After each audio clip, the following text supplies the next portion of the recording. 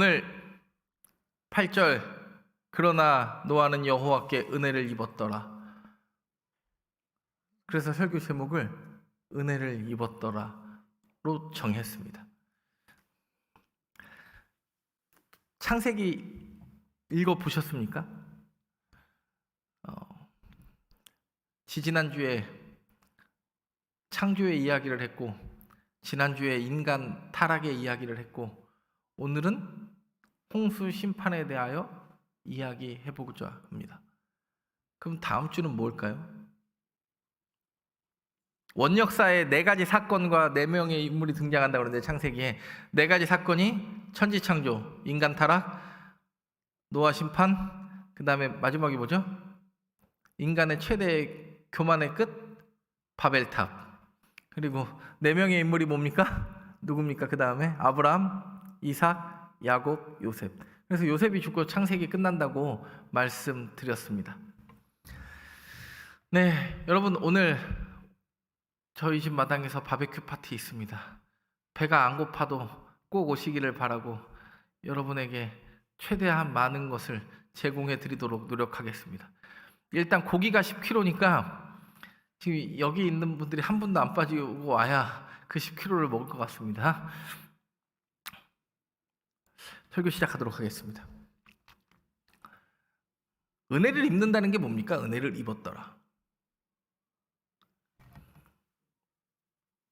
여러분, 은혜를 입었더라. 내가 은혜 받았다고 하는 거 있잖아요.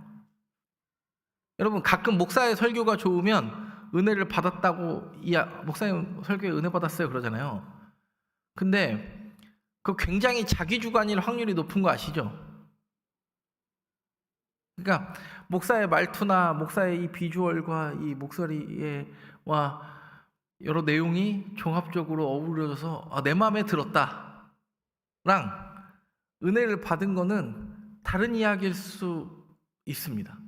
대부분 사람들은요, 어디에서 은혜를 받았다고 착각을 하냐면 내 생각과 목사의 생각이 같다고 생각하면 은혜 받았다고 착각을 해요. 근데 그거는 은혜는 아니죠. 여러분, 진짜 은혜는 어디에서 나오냐면 내가 그 말씀대로 살기로 결단이 일어나야 은혜를 받은 거지. 그냥 내가 그냥 단순히 그 말에 동의한다고 오늘 목사 좀 재밌네? 오늘은 좀 치네? 이런 걸로 은혜 받았다고 하는 건 그 은혜의 의미를 잘 모르는 것 아닙니까? 여러분 5월 8일 날 여러분 뭐 하셨습니까? 어버이날인데 여기 지방에서 오시는 분도 있고 저도 지방 출신이지만 여러분 부모님한테 편지 쓰신 분 손 한번 들어보실래요? 편지 썼다. 그러니까 여기 지금 봐봐, 딸만 썼어 편지를. 아들들은 꽝에 가깝습니다. 네. 제가 아들이 셋이 있어요. 죄송합니다. 자녀가 셋 있어요. 아들, 딸이 있어요. 셋 중에 누구만 편지를 썼을까요? 딸만 편지를 썼어요. 딸이 아빠 양복 주머니에 돈 6만 원과 여러분 돈에 이렇게 반응하면 안 되지. 돈에 반응하면 어떻게 해요? 우리 딸은 아직 돈의 개념이 없는 애예요. 엄마 아빠가 다 먹을 거 사주고 간식 사주고 하니까 돈의 개념이 없는 친구라 여러분들은 지금 6만 원 나는 너무 큰 돈인데 이렇게 하지만 얘는 할머니 할아버지가 둔 돈을 다 얘 비밀 창고에 모아놔. 그래서 엄마 아빠가 언제 저걸 뜯어먹나 맛있는 거 먹고 싶은데 혜빈아 오늘 네가 낼래? 이렇게. 여러분 제 딸이 제 양복 주머니에 이렇게 편지를 썼습니다. 아빠 저 혜빈이에요. 아빠가 제 아빠라서 참 좋아요. 근데 제가 아빠의 기대에 못 미쳐서 죄송해요 그런 얘기를 썼어요. 그리고 아빠 더 노력할게. 근데 나는 그게 오늘 아까 1, 2, 3부 때도 이야기했지만 이 애가 아빠의 기대에 못 미쳐서 죄송하다는 말을 학교에서 배웠는지 부모의 기대 너무 기분이 나쁜 거예요. 일단 우리 딸이 그걸 썼다는 게 기분이 나쁜 게 아니라 아빠의 기대가 뭐예요? 우리 초등학교 3학년 제 딸한테 아빠의 기대가 뭐예요? 제가 뭐 우리 딸한테 공부를 하라고 그랬어요? 하라고 했을까요?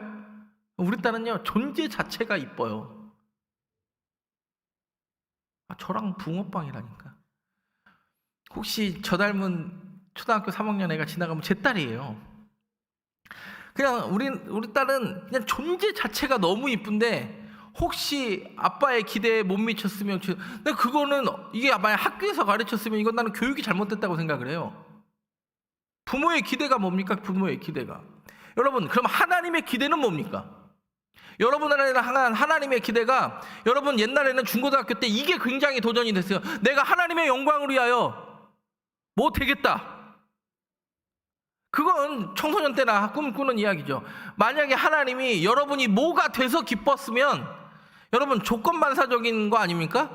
여러분이 세상에서 인정받을 만한 직업이 돼서 내가 하나님께 영광을 돌린 게 하나님께 얼마나 큰 기쁨이 되겠습니까? 그러면 여러분 여전히 고시 공부하고 공무원 시험 준비하면 내 삶의 인생은 하나님을 기쁘게 못하는 겁니까? 나는 그 편지를 받고 만약에 이거 학교에서 가르쳤으면 나는 진짜 학교 선생을 만나고 싶은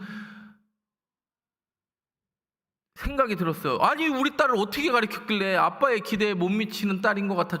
네, 이게 무슨 말인가 이게. 그리고 만약에 우리 딸이 스스로 그 말을 생각했으면, 혹시 내가 우리 딸에게 큰 기대를 주었나?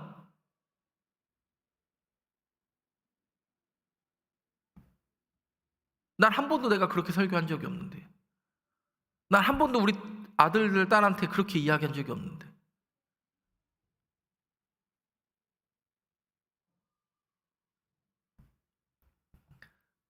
여러분, 은혜가 뭡니까? 내 딸이 남부럽지 않을 만큼 자랑스러운 아들이 되는 게 은혜입니까? 아니면 내 아들, 딸이 아빠가 누구인지를 명확히 아는 게 은혜입니까?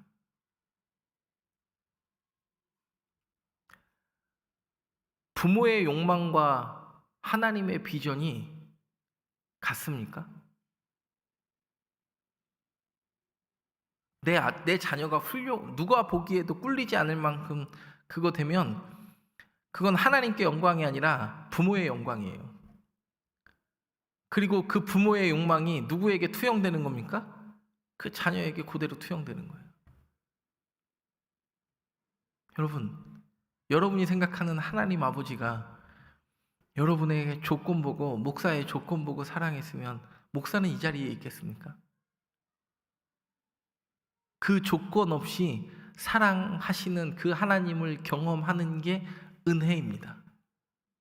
내 욕망과 내 부모의 욕망과 상관없이. 그래서 요셉이 총리되고 다니엘이 총리된 걸 그렇게 좋아하잖아요.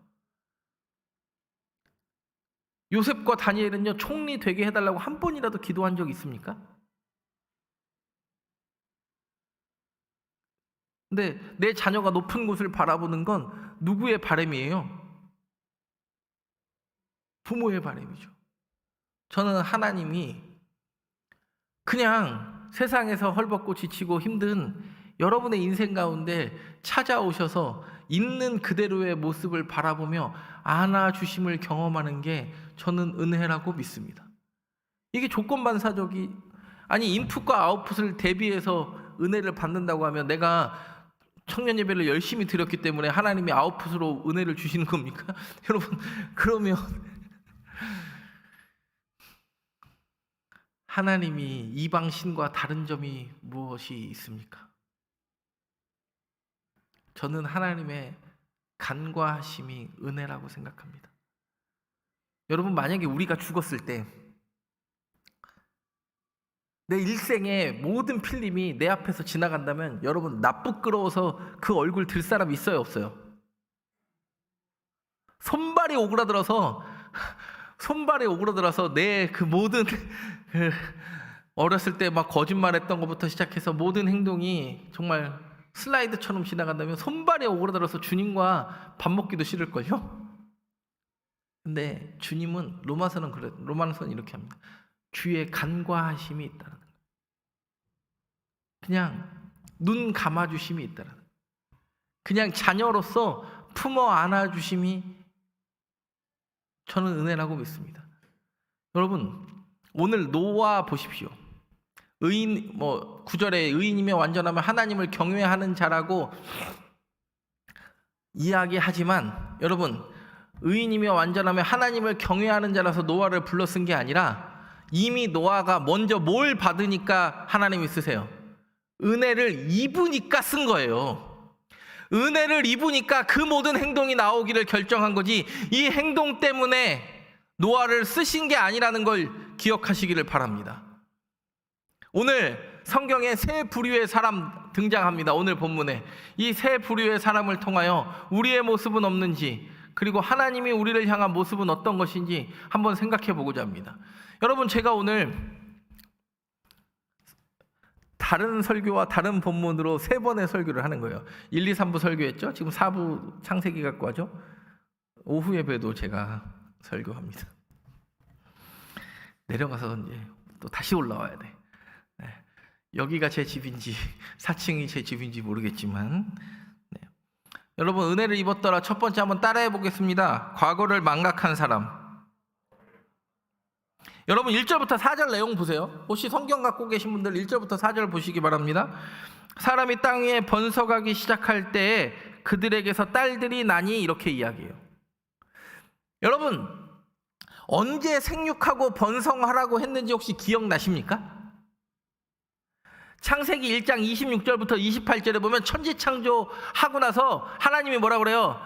하나님이 사람들에게 생육하고 번성하여 땅에 충만하라, 땅을 정복하라, 땅을 다스리라고 이야기하셨습니다. 그래서 오늘 1절을 보면 그 약속의 말씀이 이미 수백 년, 수천 년 동안 이루어진 거겠죠. 노아의 인생을 통해서. 근데 보세요. 1절에 사람이 땅 위에 번성하기 시작할 때 약속의 말이 이루어지니까요, 그들에게서 딸들이 났다라는 건 여자가 죄의 원흉이라는 말이 아닙니다. 이거는 남녀 굉장히 차별하는 거고, 성경도 남녀 차별을 그렇게 하진 않습니다. 근데 여기서 중요한 게 뭐냐면 2절의 이야기예요. 2절 한번 보겠습니다. 하나님의 아들들이 사람의 딸들의 아름다움을 보고 자기들이 좋아하는 모든 여자를 아내로 삼는지라. 여러분, 여기서 하나님의 아들들은 갑자기 하늘에서 떨어진 아들들입니까? 아니죠. 말씀 경험한 아들들이 사람의 딸들, 뭘 보고 좋아하는 거예요? 이쁜 거, 아름다움을 보고. 그래서 지금도 여러분, 여자니 남자들은 눈에 반응하고, 여자들은 보통 뭐에 반응한다고 그러죠? 귀에 반응한다고 그래요. 목소리나 어떤 그 남자가 이 달콤한, 여러분, 그 달콤한 귀에 여자분들이요, 그 목소리에 속지 마십시오. 여러분의 부모님들도 물에 솔 한 방울 묻혀주지 않겠다는 여러분의 아버지의 말에 속아서 지금 그렇게 됐습니다. 근데 저는 우리 아내한테 그런 얘기 했어요. 내가 너무 이런 현실적인 걸 많이 봐가지고, 여러분, 저는 T인가요? F인가요? 아니야, 이쪽 F로 봐야죠. 저는 감성적인 사람인데, 저는 손에 물 한 방울 안 묻히겠다, 이거 다 구라 아닙니까? 그래가지고 저는 제 아내랑 결혼할 때도, 프로포즈 할 때도 그런 얘기는 안 했어요. 나는 손에 물 한 방울 안 묻히겠다, 이런 얘기 안 한다. 어차피 설거지 네가 할 거니까 안 하겠다. 빨래 좀 도와줄 수 있으면 하고. 근데 오늘 보십시오. 사람의 딸들의 아름다움을 보고 자기들이 좋아하는 모든 여자를 아내로 삼는지라. 여러분, 최초의 그러니까 보세요. 이게 지금 1장과 3장의 데자뷰가 지금 6장에서 일어나는 거예요. 1장에서 생육하고 번성하라는 그 말씀이 이루어졌고, 3장에 여자가 있었는데 여자의 여자 때문에 지금 또 뭐가 일어나고 있는 거예요? 또 다른 범죄가 지금 일어나고 있다는 걸 지금 계속 복선으로 깔고 있는 건 아닙니까? 근데 보세요. 6절에 보면 창세기 3장 6절을 제가 읽겠습니다. 그냥 여자가 그 나무를 본즉 먹음직도 하고 보암직도 하고 지혜롭게 할 만큼 탐스럽게도 한 나무인지라. 여자가 그 열매를 따먹고 자기와 함께 있는 남편에게도 주매 그도 먹은지라. 여자가 그 나무를 보니까 내 눈에 보기에 먹음직도 하고 보암직도 해가지고 하와가 뭘 따먹었죠? 선악과를 따먹었습니다. 그리고 우리가 지난번에 배웠던 것처럼 생명나무 열매도 따먹을까 봐 에덴 동산에서 내쫓지 않았습니까? 근데 오늘도 성경을 보십시오. 하와처럼 눈에 반응해요. 내 눈에 보기에 좋은 거. 근데 우리는 때로는 우리의 영안이 열리기를 기도하지 않습니까? 여러분, 남자친구 사귀어보고 여자친구 사귀어봤는데 처음에는 다 좋았는데 뒤로 가면 쓰레기 같은 인간들이 가끔 나옵니다. 이 관계에서 그런 문제들이 발생을 하죠. 이성과의 관계뿐만 아니라 동성과의 그 친구 사이에서도 그런 일들이 일어나게 되죠.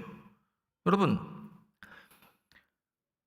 과거에도 눈에 반응해서 사고 쳤는데 지금도 눈에 반응해서 사고 치는 사람들이 있다, 성경이 이야기합니다. 이 사람들은요, 하나님의 은혜가 필요한 사람이에요, 안 필요한 사람이에요? 여러분, 하나님의 은혜가 눈에 보입니까? 이런 사람들은 내 지위와 내 명예와 내 자리가 이미 하나님의 은혜라고 착각하는 사람들이에요. 여러분, 제가 목사로서 이 자리에 서 있는데 여러분, 제가 잘나서 서 있습니까? 여러분의 각자의 자리에 부르심에 자리가 있는 것 아닙니까? 그래서 깔백은 종교개혁할 때 모든 사람은 하나님의 제사장이고 그리고 모든 사람의 직업은 하나님의 성직이다라고 이야기했어요. 저는 목사로서의 일을 하는 게, 그리고 여러분은 여러분의 자리에서, 각자의 자리에서 일을 하는 게 하나님의 사명을 감당하는 것 아닙니까? 근데 내 눈에 보기에 좋은 거, 부끄럽지 않은 거, 여러분, 누가 봐도 부끄러운 직업이 부끄럽습니까? 아니면 하나님이 내게 맡겨진 성직으로 여겨집니까?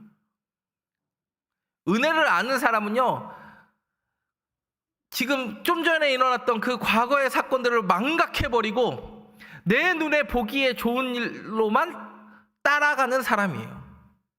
우리 성전교회 청년들, 눈에 보이는 게 아니라 하나님의 마음을 받아서 영안이 띄인 자 되기를 간절히 바랍니다. 여러분, 은혜 받은 사람은요, 육적인 시야가 아니라 영안이 띄인 사람이에요. 은혜를 입었더라.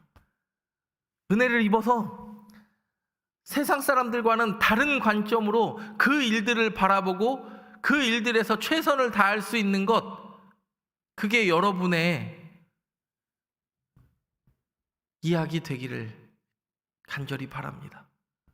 두 번째 한번 따라해 보겠습니다. 모든 행함과 계획이 악한 사람. 좀 주무시는 건 아니죠?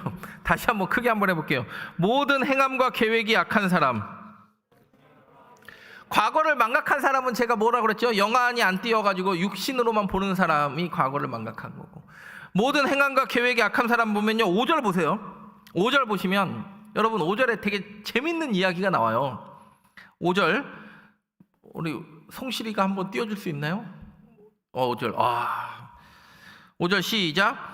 여호와께서 사람의 죄악이 세상에 가득함과 그의 마음으로 생각하는 모든 계획이 항상 악할 뿐임을 보시고, 6절 봅니다. 땅 위에 사람 지으셨음을 한탄하사 마음에 뭐하시고 근심하시고. 여러분, 또 한번 질문합니다. 여러분, 신이 자신의 행동을 후회할 필요가 있습니까? 하나님은 사람이 아니시니 거짓말을 하지 않으시고 하나님은 인생이 아니시니 후회함이 없으시더라라고 분명히 민수기에 이야기했는데 왜 여기에 하나님의 후회는 등장합니까? 여러분, 하나님의 후회가 여기만 등장하는 게 아니에요. 성경에 딱 2번 등장해요. 이 노아 홍수 때 사람 만드는 걸 후회해요. 왜요? 모든 계획과 행함이 악함을 보시고 사람 만드는 걸 후회했다, 한번 등장을 하고, 두 번째는 언제 등장하냐? 사울이 자기 멋대로 예배 드릴 때 뭘 왕사물걸 하나님이 후회하셨다고 성경이 이야기하냐면 사무엘상 15장 35절에 사무엘이 죽는 날까지 사울을 다시 가서 보지 아니하였으니 이는 그가 사울을 위하여 슬퍼함이 없고 여호와께서는 사울을 이스라엘 왕으로 삼으신 것을 후회하셨더라. 성경에 하나님의 후회라고 표현된 게 딱 2번 나와요. 사람 지은 거, 그리고 사울에게 왕이라는 직분 준 거. 바꿔 이야기하면 하나님이 후회를 하게 하시는 게 아니라 하나님이 어떻게 보면 가장 안타까우신 게, 여러분 나 만든 거랑 내게 이 목사라는 직분 주신 게 가장 후회되면, 가장 안타까운 일이면 어떡하겠습니까? 왜요? 내가 행하는 모든 일이, 계획도 행함도 모두 악하기 때문에. 하나님은 후회하실 필요가 없는 분입니다. 근데 왜 후회라는 단어가 여기에 등장합니까? 하나님의 후회는 뭐라고 다 바꿔 이야기하면, 하나님이 가장 안타까워하시는 일이 혹시 나를 빚으시는 일과 내게 직분 주신 일이 아닐까?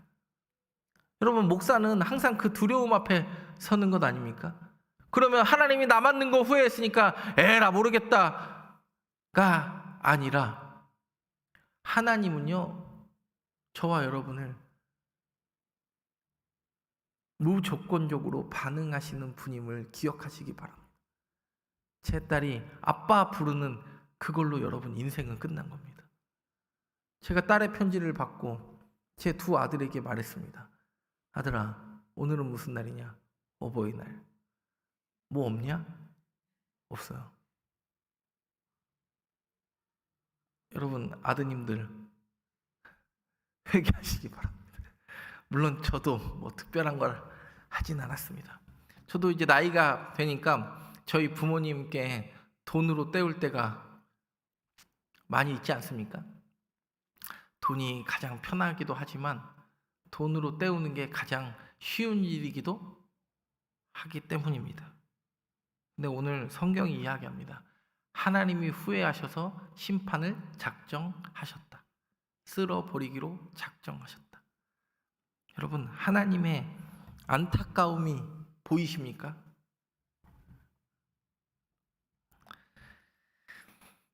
여러분, 은혜가 있는 사람들은요, 은혜를 입은 사람들은요 어떤 느낌인지 아세요?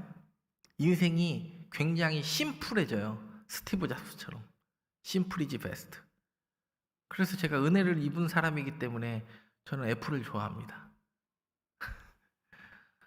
아무도 안 웃는데. 여러분, 스티브 잡스가 애플이 뭐 엄청난 걸 만들어서 세계 최대의 기업 된 겁니까? 매출액으로 보면 매출액이 세계 최대의 기업입니까? 아니죠. 애플이 하는 거 뭐밖에 없습니까? 핸드폰 만들고, 아이패드 만들고, 컴퓨터 만드는, 그게 다예요. 그게 다.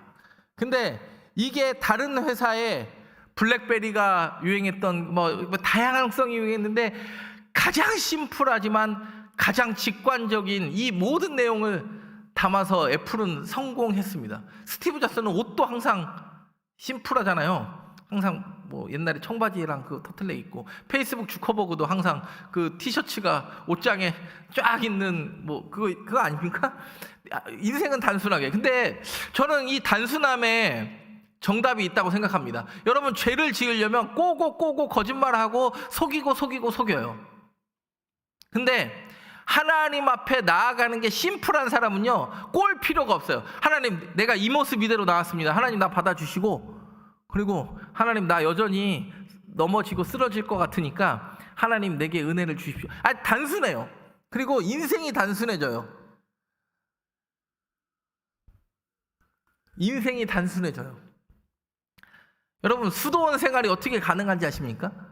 수도원 생활, 핸드폰도 없고 진짜 완전 금욕적인 생활하는 거 아닙니까? 노동하고 삼시세끼 밥만 먹고 새벽에 일어나서 기도하고 낮에는 성경 필사하고 저기 밭에 나가서 포도원이나 이런 데 가서 노동하는 게, 그게 수도원 생활이에요. 수도원에서는요 필요한 게 우리처럼 여러분, 우리나라는, 우리 지금 제 성인이 최소한 필요한 게 200가지가 넘는데요.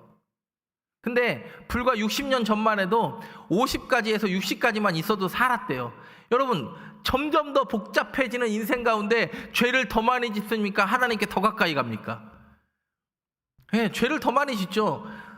여러분, 인생은 복잡하면 어렵습니다. 내가 하나님께 내어 맡긴 인생이라면 하나님, 내 행함과 계획이 복잡해지지 않게 하나님께 영광이 되는 일이 무엇인지 단순하게, 그러면 과연 그 하나님께 영광이 되는 일은 내 삶에 무엇인지 살펴볼 줄 아는 저와 여러분 되기를 간절히 바랍니다.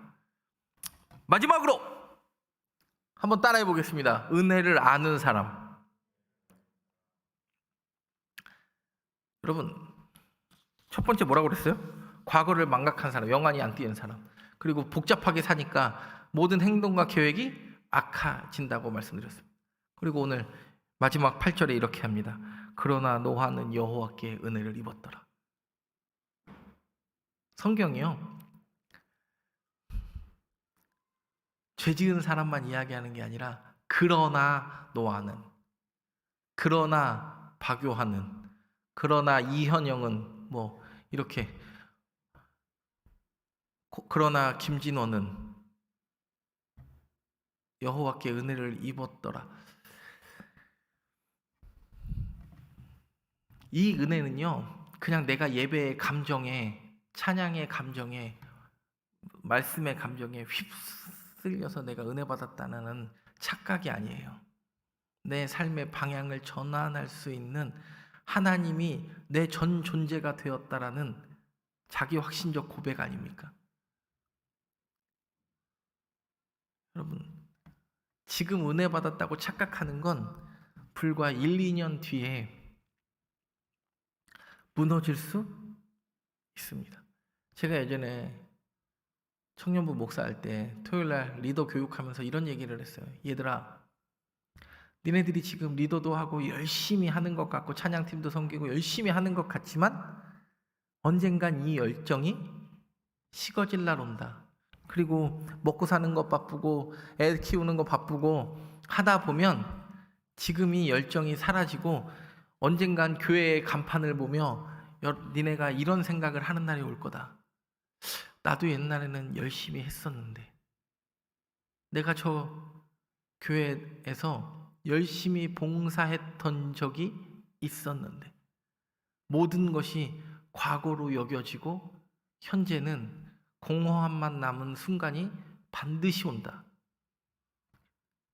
그랬더니 그걸 들었던 아이들이 얼마 전에 와서 목사님의 했던 이야기가 언젠간 삶으로 진행됐을 때 내 이야기가 생각이 나더래요. 여러분, 그러나 노아는 여호와께 은혜를 입었더라가는 신앙을, 내가 쟤보다 주일 성수 열심히 하니까, 내가 쟤보다 봉사를 열심히 하니까, 내가 저보다 하나님을 향한 열정이 뛰어난 것 같으니까가 아니라 절대적인 하나님께 초점을 맞추고 내 관점이 인간에게 인정받고 사람에게 격려받는 것보다 내가 하나님이 내 앞에 있다라는 그 임재의 사실을 내가 경험하는 것이, 그러나 노아는 여호와께 은혜를 입었더라. 의인이며 완전하며 하나님을 경외하는 자로 노아가 어떻게 칭찬받을 수 있었는가? 노아가 의지적으로 그걸 한 게 아니라 은혜를 입었기 때문에 6장 9절이 나온다는 사실을 잊지 않기를 바랍니다. 여러분의 힘으로 하나님 앞에 온전히 설 수 없는 우리는 연약한 인간입니다. 여러분, 심판이 무서워서 열심히 믿는 게 아닙니다.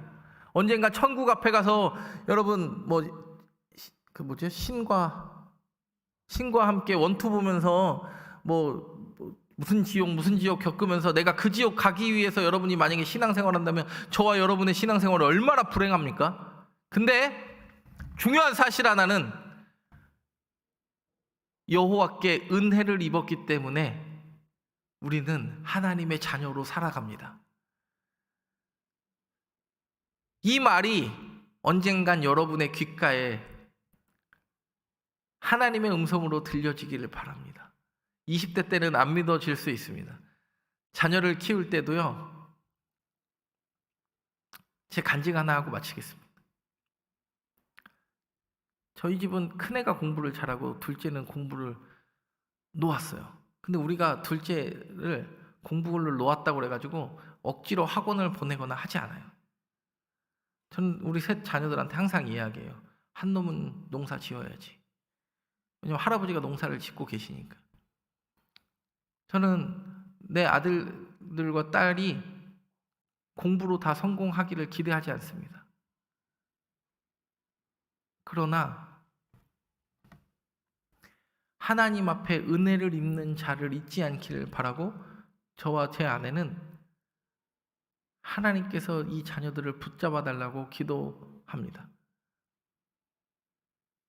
전학하면서도 쉽지 않았고 중학생을 전학시키는 게 참 어렵더라고요. 여러 가지가 어려운 과정 가운데 저도 무슨 생각이 들었냐면 우리 큰아들은 자랑할 게 많은 아들이야.